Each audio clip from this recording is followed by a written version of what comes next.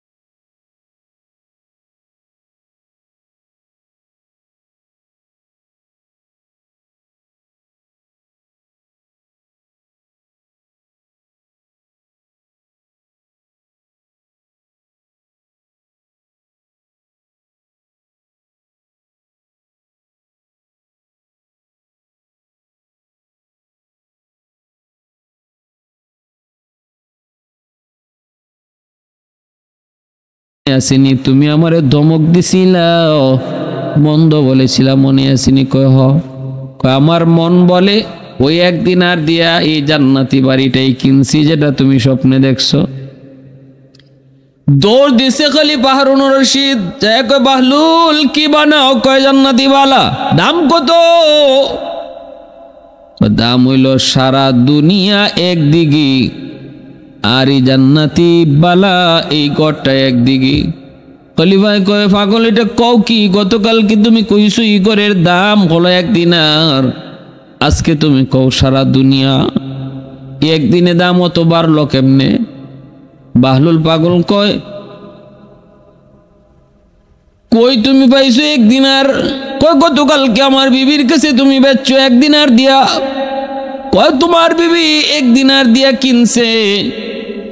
জান্নাতি বালা, আসল জান্নাতি বালা সে নিজের চোখে না দেখিয়া, নিজের চোখে না দেখিয়া কেনার কারণে এই ঘরের দাম ছিল 1 দিনার। আজকে তুমি নিজে দেখে আইছো জান্নাতি ঘর, নিজের চোখে দেখে আইছো স্বপ্নে, এজন্য এই ঘরের দাম এখন তামাম দুনিয়ার চেয়েও বেশি। এজন্য ইমানের এত দাম, ইমানের এত মর্যাদা না দেখা আল্লাহ পাক রব্বুল আলামিন এর নামই হলো ইমান, এর নামই হলো পরীক্ষা। নাস্তিকরা আল্লাহরে দেখে না, এজন্য কয় দেয়ার ইজ নো গড, আল্লাহ বলতে কিছু নাই। কিন্তু ইমানদার মুমিন আল্লাহ দেখে না, এরপরও কয় আল্লাহ আছেন, আল্লাহ একজন, আল্লাহ একজন। নাস্তিকরা কয় যা দেখি না তা মানি না, আর ইমানদার মুমিন কয় এর নামই তো ইমান, না দেখে বিশ্বাস করা। পৃথিবীতে এমন বহু জিনিস আছে যা দেখা যায় না, এরপরও মানন লাগে। বাতাস দেখুন যায়নি, জি না। ফখরে বাঙ্গাল রহমতুল্লাহ আলাইহি এক লোকে কয় হুজুর ই ফু ফা দিয়া মানুষরা আর কত দুকা দিবেন? হুজুর এখানে কি হয়েছে, তোমার কি হয়েছে? কয় না, এই যে মানুষ যায় জেলে ভরে আপনি ফু দেন, এই ফুর মাঝে কি আছে? একটা বাতাস ছাড়েন, এই দুকা কতদিন দিবেন?